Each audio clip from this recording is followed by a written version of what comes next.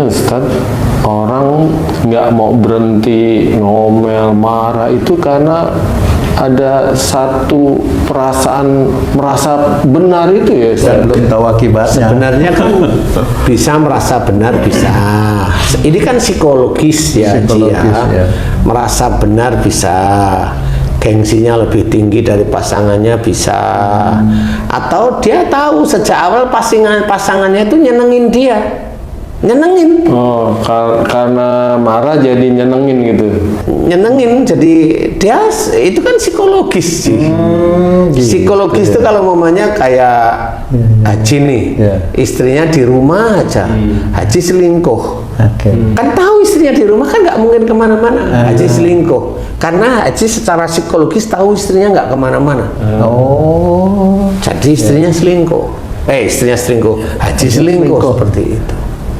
Bisa nggak itu? bisa. Itu kan psikologis. Betul. Tahu mamanya dia merasa, Haji merasa saya nggak ditanganin sama istri. Kan bisa aja Haji bilang begitu. Saya kan nggak tahu waktu di rumah kan saya nggak tahu.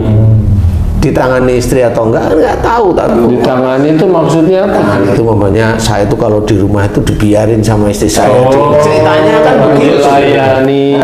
Iya, Haji ngomongnya ke saya kan saya nggak tahu, saya nggak pernah malam hari Haji gimana saya nggak pernah ngintir kan gitu ya. Tapi di titik itu akhirnya Haji juga selingkuh, cari-cari wanita lain yang bisa nyenengin hati kan begitu. Bisa kan begitu cerita, bisa nggak taunya Haji itu memang kalau lihat wanita memang seneng lah, kan nggak ngerti saya. Itu kan psikologis sih sebenarnya. Jadi nggak harus orang itu merasa dia lebih benar, lebih ini. Nggak harus kok. Banyak faktor psikologis itu banyak sebenarnya. Banyak penyebabnya. Sehingga si pasangannya Haji ini dia mau menyuruh mamanya. Akhirnya dia ngomel aja. Karena apa? Mamanya Haji diomelin dimanja, dia ngomel aja terus dari dulu sampai sekarang ngomel aja dia. Psikologisnya Blooding nggak tuh dia? seneng. Loh, kalau nanti mau meninggal aja blooding bisa aja kan gitu ya. Ngomel kan bukan marah ya Pak Ustadz? Sama, ngomel Ya, tuh marah sama juga. aja lah. Karena tahu kalau mamanya Haji itu kalau diomelin diem. Nah, akhirnya dia kan merasa menang, dia di atas angin istilahnya. Iya. Ya itu kan psikologis. Sehingga kenapa orang ngomel kok nggak diem? Nah dia merasa di atas angin.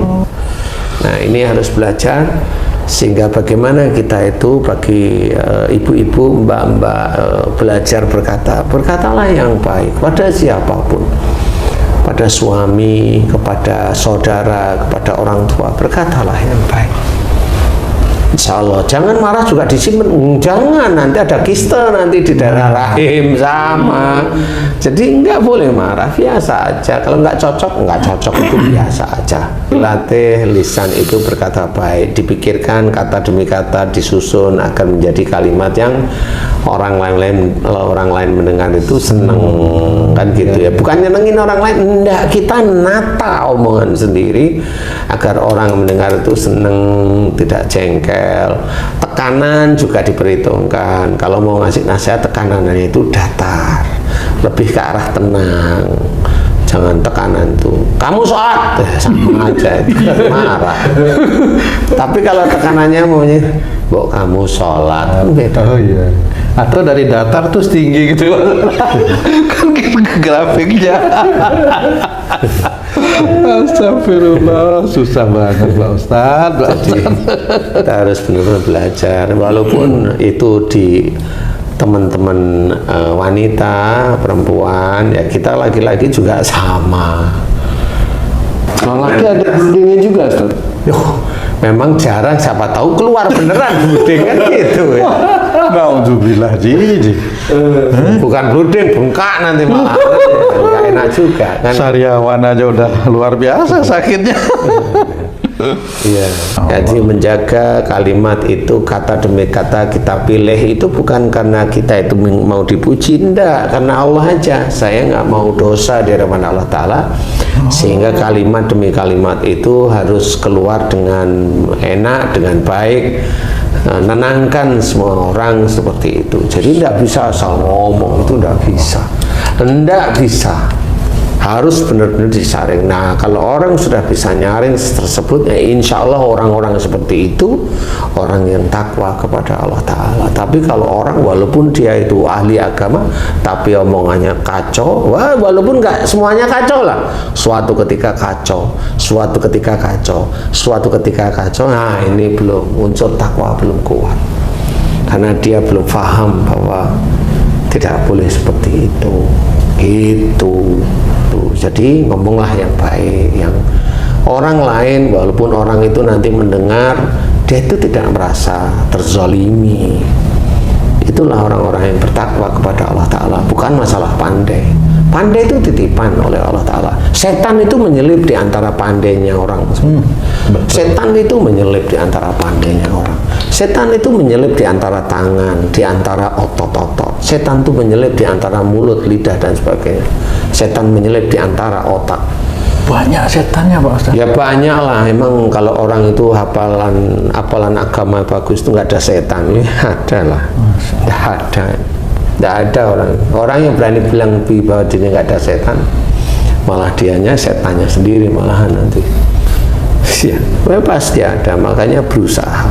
Pada saat kita itu berbuat baik karena Allah, pada saat kita itu beribadah karena Allah, pada saat mulut kita latih dengan ucapan-ucapan baik karena Allah, pada saat pikiran kita latih karena Allah, pada saat telinga kita latih karena Allah, mau mendengarkan ucapan siapapun orangnya, walaupun itu tidak enak didengar, kita dengarkan karena Allah.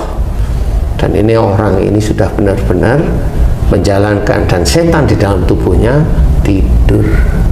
Insya Allah seperti itu. Gak kuat dia setan seperti itu. Nah, orang yang seperti itu nanti setannya bisa aja pindah ke kamu tuh. Pindah kos dia. Berarti punya nama setan. Iya. harus kita pahami bahwa berkata-kata itu harus baik. Insya Allah seperti itu, karena dosa itu diawali dari yang paling banyak itu dari lisan yang tidak tertata. Nah, kita coba untuk belajar taat kepada Allah Ta'ala melalui lisan. Nah, mudah-mudahan ini manfaat bagi teman-teman wanita, sedulur beriman, yang wanita, yang perempuan, agar bisa mengerjakannya semata-mata karena Allah Ta'ala, bukan karena ingin dipuji, bukan karena ingin dijunjung, bukan ingin diindah, karena Allah aja. Biarlah Allah yang menilai kita dengan kalimat-kalimat yang baik. Insya Allah mudah-mudahan itu bisa menjadi penyemangat hidup kita, bahwa insya Allah malaikat raqib yang capek menulis lah istilahnya. Mudah-mudahan seperti itu, mudah-mudahan manfaat. Wallahu a'lam. Amin. Alhamdulillah, terima kasih banyak Pak Ustadz penjelasannya. Sahabat beriman dimanapun berada, saya Tum pamit diri. Sampai jumpa di video kami yang lain. Wassalamualaikum warahmatullahi wabarakatuh. Waalaikumsalam warahmatullahi wabarakatuh. Alhamdulillah.